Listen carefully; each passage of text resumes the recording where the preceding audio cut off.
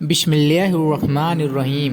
السلام علیکم پیارے دوستوں، آج میں آپ کو ایک اللہ والے بزرگ کا ایک ایسا واقعہ بتانے جا رہا ہوں جسے سن کر آپ کا ایمان تازہ ہو جائے گا اور آپ کا دل خوش ہو جائے گا، اس لیے اس واقعے کو پورا ضرور سنیے گا۔ ایک بزرگ حج کے سفر پر گئے تھے۔ جب وہ ایک جگہ سے گزر رہے تھے تو ان کے ہاتھ میں ایک تھیلا تھا، اس میں کچھ پیسے تھے۔ اچانک ایک چور ان کے ہاتھ سے تھیلا چھین کر بھاگ گیا۔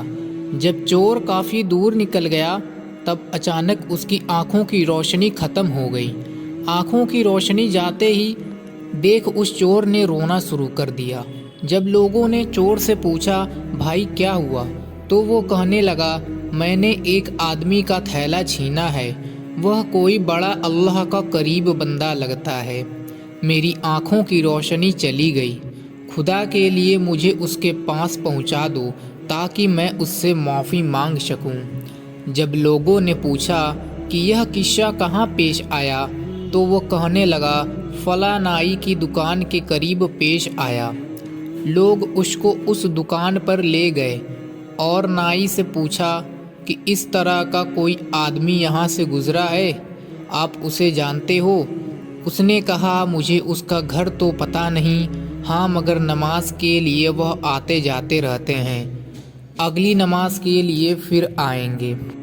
یہ لوگ انتظار میں بیٹھ گئے۔ وہ بزرگ اپنے وقت پر تشریف لائے۔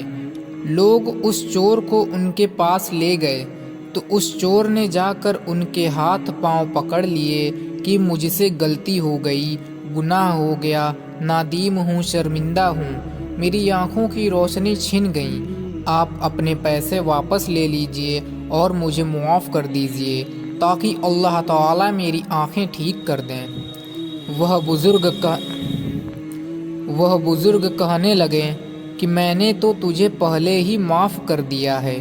یہ سن کر چور بڑا حیران ہوا اور کہنے لگا حضرت میں تو آپ کا تھیلا چھین کر بھاگا اور آپ کہتے ہیں کہ معافی مانگنے سے پہلے ہی معاف فرما دیا۔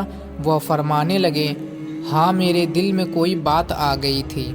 فرمانے لگے میں نے ایک حدیث پڑھی جس میں نبی کریم صلی اللہ تعالی علیہ وسلم نے فرمایا کہ قیامت کے دن جب میری امت کا حساب پیش کیا جائے گا تو میں اس وقت تک میزان کے قریب رہوں گا جب تک میرے آخری امتی کا فیصلہ نہیں ہو جاتا۔ میرے دل میں یہ بات آئی کہ اگر میں نے اس چور کو معاف نہیں کیا تو قیامت کے دن یہ مقدمہ پیش ہوگا، جتنی دیر میرے مقدمے کا فیصلہ ہونے میں لگے گی اللہ کے نبی علیہ السلام کو اتنی دیر جنت میں باہر رہنا پڑے گا، اس لیے میں نے معاف کر دیا کہ نہ تو مقدمہ پیش ہوگا نہ ہی میرے محبوب کو جنت میں جانے میں دیر لگے گی، وہ جلد جنت میں تشریف لے جائیں گے۔